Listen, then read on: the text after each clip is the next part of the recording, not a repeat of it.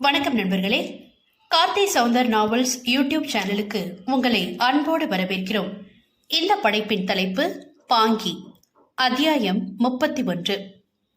பாரியும் வித்யாவும் சேர்ந்தே தங்களுக்கு ஏற்ற மாதிரி ஒரு வீட்டினை பார்த்தனர். பெற்றவர்கள் அவர்கள் விருப்பத்திற்கு குறுக்கே நிற்காமல் அனுமதித்து விட்டனர். இன்னும் ஒரு மாதத்தில் திருமணம் என்று முடிவாகி இருக்க இடைப்பட்ட நாட்களில் பாரியின் தம்பி குடும்பம் வந்து வித்யாவின் வீட்டில் கை நனைத்து உருவாடி சென்றனர். வித்யாவும் கூட தன் அண்ணனிடம் பேசியிருந்தாள். அவன் மனைவி குழந்தையுடன் தாய் வீட்டில் இருப்பதால் அவன் மட்டும் வந்திருந்தான். வித்யா அவனிடம் என்னவெல்லாமோ பேசி மன்னிப்பு கேட்கலாம் என்று ஒத்திகை பார்த்திருந்த அத்தனையும் அவனை நேரில் பார்த்தவுடன் மறந்து போனது. மேடிட்ட வயிறோடு நிற்கும் தங்கையை பார்த்தவனுக்கு அத்தனை ஒன்றும் இலகுவாக ஜீரணிக்க முடியவில்லை என்றாலும் தங்கையின் வாழ்க்கை கொஞ்சம் நன்றாக இருந்திருக்கலாம் என்றே நினைத்தான். வித்யாவிடம் அவனாலும் எதுவும் பேச முடியவில்லை. அவளை ஆதரவாக தலையில் தடவி கொடுத்து எல்லாம் நல்லபடியா முடியும் என்று புன்னகைக்க, தேங்க்ஸ்னா என்று பதிலுக்கு புன்னகைத்தாளை தவிர வேற எதுவும் அவளால் சொல்ல முடியவில்லை. பட்டாம்பூச்சி பின்னால் ஓடிக்கொண்டிருந்தவளை காலம் எத்தனை இறுக்கமாக மாற்றி இருக்கிறது என்று புரிந்திருந்தான் என்பதால் அவள் எப்படி என்ன விதமாய் இருக்கிறாளோ அப்படியே அவளை ஏற்றுக்கொண்டான். கடந்த காலத்தில் நடந்த கசப்பான விவாதங்களை எல்லாம் தூசி தட்டி பார்க்க அவனுக்கு விருப்பமில்லை. பாரி வித்யா சம்மதத்துடன் பெரியோர்கள் நிச்சயித்த திருமணம் அவர்கள் தங்கியிருந்த பகுதியில் உள்ள துணை பதிவாளர் அலுவலகத்தில் நடந்தேறியது. ஆர்ப்பாட்டம் இல்லாமல் அமைதியாக நடந்த அந்த திருமணத்தில் இரண்டு குடும்பத்து உறவுகளுக்கும் இனிமேலாவது இவர்கள் வாழ்க்கை நன்றாக இருக்கட்டும் என்ற எண்ணம் தவிர வேறு எதுவும் இல்லை. பாரியும் வித்யாவும் கூட அத்தனை பெரிய அலங்காரத்துடன் நிற்கவில்லை. எப்போதும் போல ஒரு சட்டை பேண்டுடன் பாரியும் ஒரு சாதாரண பட்டு பருத்தி புடவையில் வித்யாவும் ஒரு மாலை மாற்றிக்கொண்டு நின்றிருந்தனர். நிச்சயமாக தாலி கட்டியே தீர வேண்டும் என்று கோதை வற்புறுத்தியதால் கையெழுத்திட்டு முடித்து பாரி வித்யாவின் கழுத்தில் தாலியை அணிவித்திருந்தான். திருமணத்தை பதிவு செய்துவிட்டு வெளியே வந்தபோது எல்லார் முகத்திலும் நிறைவான புன்னகை மட்டுமே. திருமணம் முடிந்த கையோடு எல்லோருமே புது வீடு வந்து சேர்ந்து விட்டனர். பொருட்கள் எல்லாம் ஏற்கனவே ஒவ்வொன்றாக வீடு வந்து சேர்ந்திருந்ததால் இருவரும் சென்றவுடனேயே பால் காய்ச்சி அங்கே குடி புகுந்தனர். பழைய வீட்டினை மொத்தமாக காலி செய்து ஒப்படைப்பவற்றையெல்லாம் இருவரின் உடன்பிறப்புகளும் பார்த்து கொண்டது. திருமணத்திற்கு பின் அவர்கள் இருவரும் பழைய வீட்டிற்கு செல்ல வேண்டாம் என்பதில் குணசேகரன் அத்தனை உறுதியாக இருந்தார். அன்று மாலை தேநீர் குடித்து முடித்த கையோடு குணசேகரன் பாரியையும் வித்யாவையும் அழைத்து பேசியிருந்தார். சொல்லுங்கப்பா என்று வந்து பாரி அமர வித்யா திருமணத்திற்கென்று வாங்கியிருந்த பலகாரங்களை எடுத்து வந்து கொடுங்க வித்யா, நான் கொடுக்கிறேன் என்று பாரி வாங்கி பரிமாறினான். அவர்கள் இருவரையும் ஒரு நொடி பார்த்த குணசேகரன், எனக்கு நீங்க ரெண்டு பேரும் ஒரு விஷயம் பண்ணணுப்பா. ஒன்னு இல்ல 2 என்று கேட்டார். சொல்லுங்க அங்கிள் என்று வித்யா அவரை பார்க்க பாரியும் கூட தன் தந்தையைத்தான் பார்த்து கொண்டிருந்தான். நீங்க 2 பேரும் இனிமே வாங்க போங்கன்னு பேசிக்க கூடாது. இன்னும் கொஞ்சம் உரிமையா பேச ஆரம்பிக்கணும். வரலனாலும் முயற்சி பண்ணுங்க. அதோட கூட இவ்வளவு பெரிய வீடு இருக்குன்னா ஆளுக்கு ஒரு ரூம்ல இருக்காதீங்க. ஒரே ரூம்ல இருக்க முயற்சி பண்ணுங்க. உங்களுக்குள்ள இருக்க உறவு இன்னும் பலப்படணும் என்றார். சரிப்பா என்றான் பாரி. நான் சொல்றது உங்க 2 பேருக்குமே கஷ்டமா தான் இருக்கும். ஆனா ஒரு உறவுக்கு 4 நிலைகள் இருக்கு. சொல்ல போனா 4 வகை அன்பு தான் இந்த உலகத்திலேயே இருக்கு. 1 அப்பா அம்மான்னு அழைக்கிற அன்பு, 2 சகோதர உறவுல நட்புல கிடைக்கிற அன்பு, 3 கடவுள் மேல இருக்கிற பிரியத்துல சக மனிதர்கள் மேல வர்ற அன்பு, 4வதா கணவன் மனைவி உறவுல கிடைக்கிற அன்பு. பிரிச்சாலும் எல்லாமே கிடைக்கிறது கணவன் மனைவிங்கிற உறவுலதான். அந்த உறவுக்கு நீங்க 2 பேரும் மரியாதை கொடுக்கணும். அந்த உறவை நேசிக்கணும். ஒருத்தர் நேசிக்க முயற்சி பண்ணுங்க என்றார். பாரியும் வித்யாவும் அவர் சொன்னதை கேட்டுவிட்டு ஒருவரை ஒருவர் பார்த்து புன்னகைக்க முயற்சி செய்ய, எனக்கும் ஒரு விஷயம் சொல்லணும் என்றார் கோதை. மொத்த குடும்பமும் அவரை ஏறிட, இனிமே இந்த அங்கிள் ஆட்டின்னு பட்டுப்படாம கூப்பிடக்கூடாது. அத்தை மாமான்னு உரிமையா தான் கூப்பிடணும் வித்யா. உனக்கும் தான் பாரி என்றார். அவர் சொன்ன துணியில் பாரி தலையை அசைத்து புன்னகைக்க, ஓகே ஆண்டி, சாரி அத்தை என்றாள் வித்யா. அப்ப நம்ம கிளம்பலாமாப்பா என்று இலா சொல்ல பாரியும் வித்யாவும் அவர்களை கேள்வியாக பார்த்தனர்.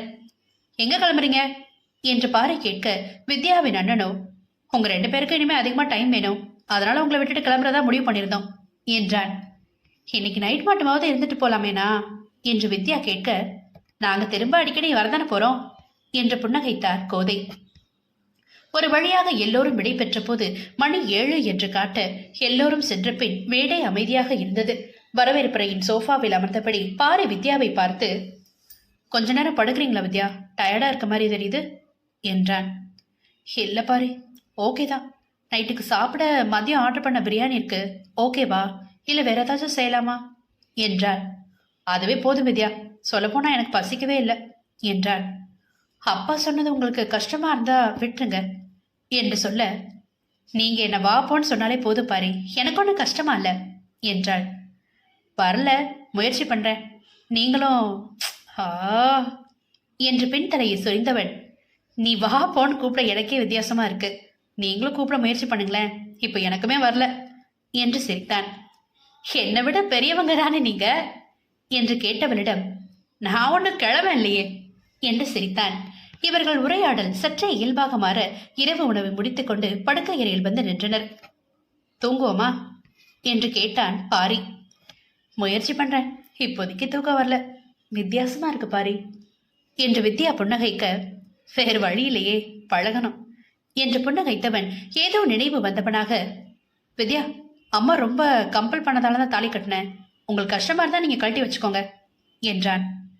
பரவாயில்ல பாரி, இதுக்கு முன்னாடி நான் தாலியெல்லாம் அதிகமா போட்டதில்ல, ஏனோ தோணுதும் இல்லை, ஆனா இப்ப தோணுது, போட்டுக்கிறேன்.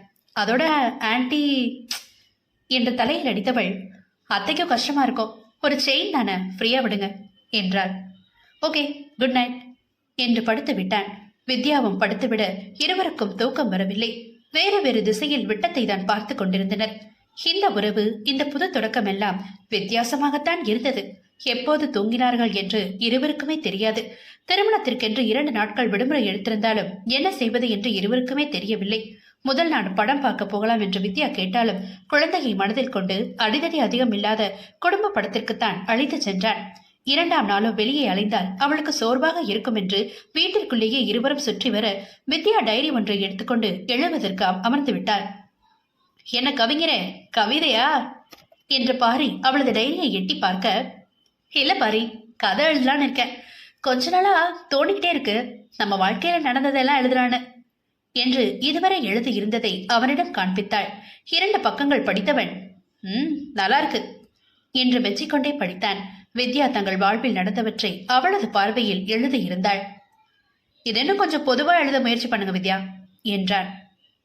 புரியல, பொதுவானா என்று கேட்க, நமக்கு நடந்த பிரச்சனை மட்டும் சொல்லாம பொதுவா விவாகரத்து வாங்கினா எப்படியான சூழல், மனநிலை, சமுதாயத்துல என்னெல்லாம் சந்திக்கிறோம்னு எழுதுங்க. இன்னைக்கு எழுதுறது இன்னையோட போயிடக்கூடாது இல்லையா? இன்னும் 50 வருஷம் கழிச்சு படிச்சாலும் சில விஷயங்கள் மாறாம அந்த காலத்துக்கு உபயோகமா இருக்கணும், அப்படி எழுதுங்க என்றான். ஓகே, ஆனா ரொம்ப கஷ்டமா இருக்கு பாரி, யோசிச்சு யோசிச்சு சில விஷயங்களுக்கெல்லாம் தகவல் தேட முடியல. எனக்கு நடந்த விஷயங்கள் தான், ஆனா என்னாலே எழுத முடியல என்று சிரிக்க, அப்போ ஒழுங்கா எழுதுறீங்கன்னு அர்த்தம். தாமஸ் மேன் சொல்லியிருப்பாரே, a writer is a person for whom writing is more difficult than it is for other people. ஒரு எழுத்தாளர் என்பது மற்றவர்களை விட எழுதுவதே மிகவும் கடினமாக இருக்கும் என்று உணரும் ஒரு நபர் என்று சேர்ந்து சிரித்தான். அத்தியாயம் 32. அத்தனை அலங்காரங்களுடன் மேடை நிறைய சீர்வரிசை தட்டுக்களுடன் இருந்தது அந்த மண்டபம். ஆம், நாம் நினைப்பது சரியே. வித்யாவிற்கு 7வது மாதம் தொடங்கி விட்டதால் பெரியவர்களுடன் கலந்து ஆலோசித்து நல்ல நாள் பார்த்து இன்றைக்கு பாரி வித்யாவிற்கு வளைகாப்பு நடத்தி கொண்டிருக்கிறான். சொந்த பந்தம் இல்லாமல், ஆர்ப்பாட்டங்கள் இல்லாமல் நடந்த அவர்களது திருமணத்திற்கு பின் இப்போது மிக மிக பெரிதாக பிரம்மாண்டமாக இந்த வளைகாப்பு நடந்து கொண்டிருந்தது பெற்றவர்களின் உள்ள மகிழும் வண்ணத்தில். பாரியும் வித்யாவும் கணவன் மனைவியாக வாழ ஆரம்பித்து விட்டார்களா என்று கேட்டால் எவருக்கும் தெரியாது என்றுதான் சொல்ல வேண்டும். ஆனால் அவர்களுக்குள் இருக்கும் பிணைப்பு அவர்கள் உண்மையாக கணவன் மனைவியாகத்தான் வாழ்கிறார்கள் என்று எல்லோரையும் நம்ப வைத்தது.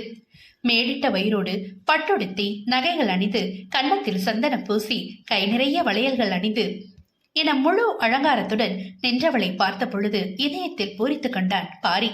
உண்மையிலே அவளை மனைவியாக பார்த்ததினால் அந்த பூரிப்பு இல்லை. மனைவி என்ற நிலையை காட்டிலும் அவள் அவனுக்கு மிக மிக நெருக்கமான தோழியாக மாறியிருந்தாள். அவளுக்கு ஒரு நல்ல காரியம் நடக்கிறது, அதுவும் அதில் தானும் ஒரு அங்கமாக இருப்பதை நினைக்கையில் அவளுக்கு மட்டற்ற மகிழ்ச்சி. எல்லோரும் அவளுக்கு வளையல் அணிவித்து அவளை ஆசீர்வதித்த பின் கடைசியாக அவனும் வந்து அவளுக்கு வளையல் அணிவித்து சந்தனம் பூசிவிட உண்மையில் காண்பவர்களுக்கு சொர்க்கத்தில் நிச்சயிக்கப்பட்ட திருமணம் போலவே தோன்றியது. 2 மாதங்களுக்கு முன் திருமணம் என்ற பேச்சு வந்தபோது அவர்கள் இருவரும் சொந்த பந்தம் என்று எவருமே இல்லாமல் தான் இருந்தனர். ஆனால் இப்போது இந்த விழாவில் அத்தனை கூட்டமும் வந்திருந்தது. நல்லபடியாக விழா எல்லாம் முடிந்த களைப்பில் பாரி அறைக்குள் நுழைய அந்த ராத்திரி வேளையில் வித்யா டைரியில் எழுதி கொண்டிருந்தாள். என்ன வித்யா, இன்னைக்கு எழுதணுமா?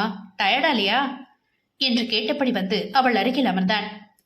நான் சும்மா தானே உட்காந்துருந்தேன், கொஞ்ச நேரம் தூங்கவும் செஞ்சேன்.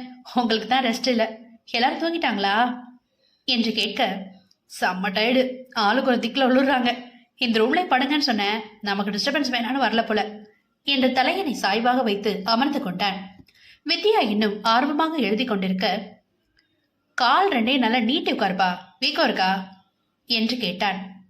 இவ்வளோ நேரம் அப்படித்தானே உட்கார்ந்திருந்தேன், வீக்கம் இல்லப்பா என்று புன்னகைத்தவள் புத்தகத்தை மூடி வைத்துவிட்டு அவன் புறம் திரும்ப, நான் வந்துட்டேன் மூடி வச்சிட்டியா என்றான்.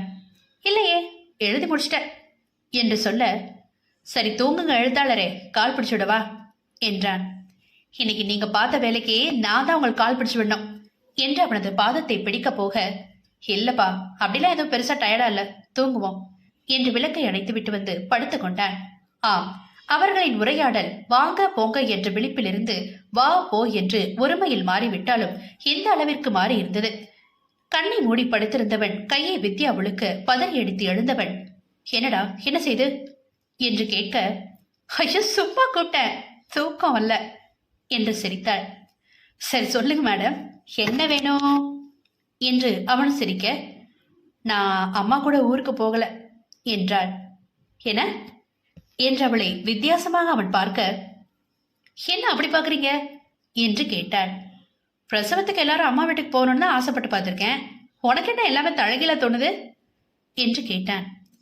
தோணுது, என்ன பண்றது, நான் இங்கே இருக்கேன், அம்மா அங்க வரட்டும் என்று வாகாக சாய்ந்து படுத்தவளை திரும்பி பார்த்தவள், அப்போ உன்னை யாருமா பாத்துக்கிறது என்றான். நீங்க தான், வேற யாரு என்று உதட்டை பிதுக்கினாள். சரிதான், அப்போ முடிவு பண்ணியாச்சு, இதுக்கு இப்போ நான் முட்டு கொடுக்கணும் அப்படிதானே என்று கேட்டதில் சிரித்து விட்டாள். சிரிக்காதீங்க கவிஞரே, தூங்குங்க என்று படுத்து விட்டான். அடுத்த நாள் பாரி வித்யாவை தானே பார்த்துக் கொள்வதாக சொல்ல இரண்டு வீட்டிலும் மாறி மாறி விமர்சனங்கள். ஆனால் குணசேகரன் தலையிட்டு அவர்கள் விருப்பப்படியே செய்யட்டும் என்று சொல்லிவிட்டார். சில நாட்கள் அவர்களோடு இருந்து கொள்ளலாம் என்று சொல்ல பெயருக்கு தாய் வீட்டிற்கு சென்றவள் பாரியோடு மறுபடியும் திரும்பி விட்டாள். ஏன் என்று பாரி கேட்டபோது, எனக்கு உங்களையும் குழந்தையும் தவிர வேற ஞாபகங்கள் வேண்டாம், நான் இப்பதான் சரியாயிட்டு இருக்கிறேன், அதனால இன்னும் கொஞ்ச நாள் பாரி என்று அவன் தோள் சாய அதற்கு மேல் அவளை பாரி கட்டாயப்படுத்தவில்லை. கிட்டத்தட்ட பிரசவ நாள் நெருங்கும் நேரம் வித்யா தனது கதையை எழுதி முடித்து இருந்தாள். அதனை வாசித்து பார்த்த பாரி புத்தகம் போடலாம் என்று அதற்கான முயற்சிகளில் இருந்தான். தமிழினியான் போட வேண்டாம் பாரி என்று மட்டும் சொல்லி இருந்தாள். நீ ஏற்கனவே ஒரு புத்தகம் போட்டுட்டியே என்று அவன் கேட்க, அதனால என்ன, இந்த கதைக்கு அந்த பேர் வேண்டாம் என்றாள். அப்போ வேற என்ன பேர் வைக்க, வேற ஏதாச்சும் பேர் யோசிச்சிட்டியா என்று பாரி கேட்க, என்று தலையசைத்தவள், வித்யா பாரிவேந்தன் என்றாள் புன்னகையோடு. வித்யா சொன்ன விதத்தில் புன்னகைத்தவன் அவளை அணைத்து நெற்றியில் இதழ் பதித்தான். ஆம், அவளுக்காக அவன் கொடுக்கும் முதல் முத்தம். முத்தமிட்டு அவளை ஏறிட வித்யாவின் முகம் மாறியிருந்தது. வித்யா என்று அவளை உற்ற கவனிக்க திருவென முழித்தாள்.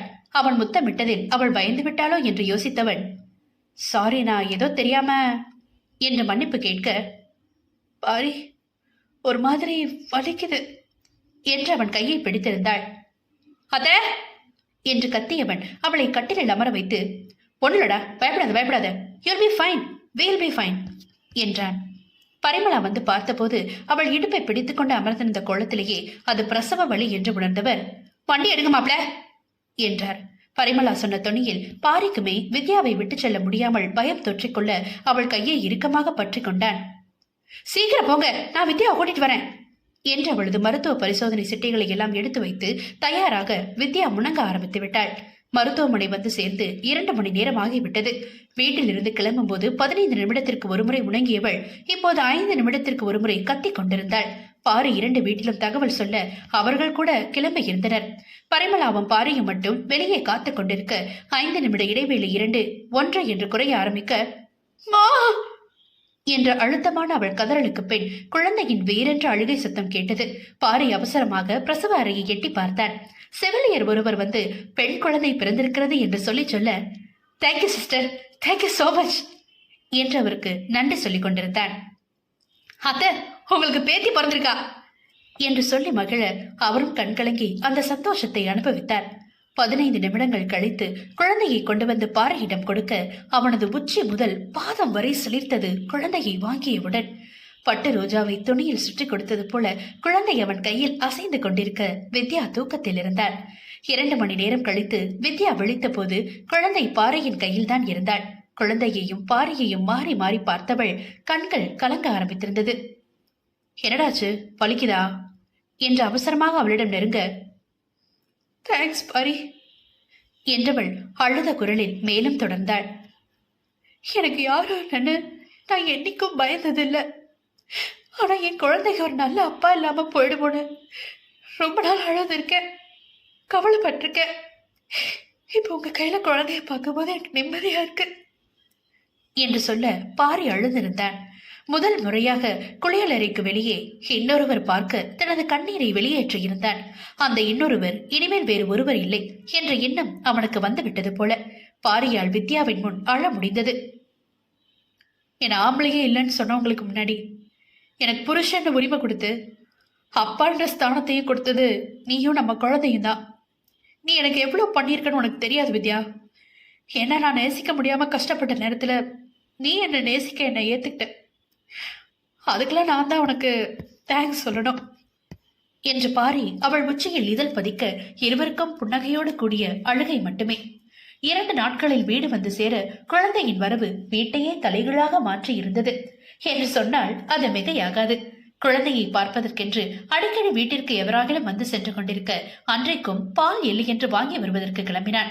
பைக் சாவி எப்போதும் இருக்குமிடத்தில் இல்லாமல் இருக்க படுக்கை அறையில் இருக்கிறதா என்று கதவை திறந்தவன் அவசரமாக உப்ஸ் சாரிடா என்று கதவை மூடிவிட்டு சோஃபாவில் அமர்ந்து விட்டான். எத்தனை நாட்களில் இருவரும் ஒரே அறையில் தங்கி இருந்தாலும் வெவ்வேறு அறையில்தான் குளித்து கிளம்பினர் என்பதால் ஒன்றும் பெரிதாக சங்கடம் உண்டாகவில்லை. இப்போது குழந்தைக்கு தொட்டில் அவர்கள் அறையில் தான் கட்டி இருப்பதால் குழந்தைக்கு பாலூட்டுவதும் அங்கேதான்.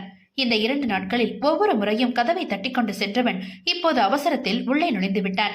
சில நிமிடங்கள் கழித்து பாரி என்று வித்யா உள்ளே இருந்து அவனை அழைக்க உள்ளே நுழைந்தவன், சாரிடா அவசரத்துல கவனிக்கல, கதவை தட்டிட்டு உள்ள வர இன்னும் கொஞ்சம் பழக்கம் வரல, பழகிக்கிறேன் என்றான்.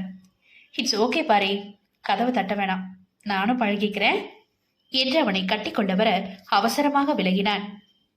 வித்யா அவனை கேள்வியாக ஏறிட, இல்லடா ஒரு மாதிரி என்று எழுத்தவனிடம், it's okay Paari, you will be fine, we will be fine என்று சொல்லி அவனை கட்டி கொண்டாள். பாரிக்கு அவளது அணைப்பை கிரகித்துக் கொள்ளவே சில நொடிகள் ஆனது. பதட்டம் எல்லாம் கடந்த பின் அவனும் அவளை அணைத்து நெற்றியில் இதழ் பதிக்க அவனை நிமிர்ந்து பார்த்து, இப்போ ஓகேவா என்று கேட்டாள். பெட்டர் என்று புன்னகைத்தான். யூ வில் பி ஃபைன் என்று வித்யா சொல்ல, வி வில் பி ஃபைன் என்று பாரி அவளோடு சேர்ந்து சொன்னான். குழந்தை பிறந்து 1 மாதம் சென்ற நிலையில் பாரி வித்யாவிற்கு ஒரு பரிசு வாங்கி கொண்டு வந்தான். அதனை பார்த்து புன்னகைத்தவள், என்ன புக் பாரி என்று கேட்க, நீயே பாரு என்று அவளுக்கு காண்பித்தான். பரிசினை பிரித்து பார்க்க அவள் எழுதிய புத்தகம் அவளது கையில். வாவ் பாரி, எப்ப இதெல்லாம் பண்ணீங்க என்று புத்தகத்தை ஆர்வமாக பார்த்தாள். வித்யா பாரிவேந்தன் எழுதிய என்னவன் என்ற தலைப்பில் தடவி பார்த்தவள் பக்கங்களை பிரட்டியபடி முடிவுரைக்கு வந்தாள். முடிவுரையில் அவள் எழுதியதை திரும்பவுமாக வாசித்தாள். Sometimes you love someone from the bottom of your heart. You give all your heart and efforts, but it does not work out, only to let you know that someone is out there who will give you everything without even asking, and that is when you will know why it did not work out with someone else. He or she will mend your broken heart without telling that it was ever broken. சில நேரங்களில் நீங்கள் யாரையாவது உங்கள் இதயத்தின் ஆழத்தில் இருந்து நேசிக்கிறீர்கள். நீங்கள் உங்கள் முழு மனதையும் முயற்சியையும் கொடுக்கிறீர்கள். ஆனால் கேட்காமலேயே எல்லாவற்றையும் உங்களுக்கு தரும் ஒருவர் வெளியே இருக்கிறார் என்பதை உங்களுக்கு தெரியப்படுத்துவதற்கே அந்த நேசம் பொய்த்து போகிறது. அதை ஏன் வேறொருவருடன் வேலை செய்யவில்லை என்று அப்போதுதான் புரியும். அவர் உனது உடைந்த இதயத்தை சரி செய்வார். வாசித்து முடித்தவள், ரொம்ப ரொம்ப அழகா வந்திருக்கு பாரி என்று அவனை கட்டிக்கொள்ள அவனும் அவளை அணைத்து கொண்டான். இப்பவும் பதட்டமா இருக்கா பாரி என்று அவள் கேட்க, முன்ன மாதிரி இல்ல, பட் ஓகே பழகிடும் என்றான். எனக்கும் படபடப்பா இருக்கு, ஆனா பழகிடும் என்று அவன் நெஞ்சில் முகம் பதித்துக் கொண்டாள். அவர்கள் இருவரும் பழகிக் கொள்வார்கள் என்று சொல்லி பழகிக் கொள்ள வேண்டும் என்று வாழ்த்தி நாமும் விடை பெறுவோம். பாங்கி என்பதற்கு உயிர் தோழி என்றர்த்தம். பாரியின் உயிர் தோழியாக உற்ற துணையாக வித்யா இருந்தாள், இருப்பாள். முற்றும்.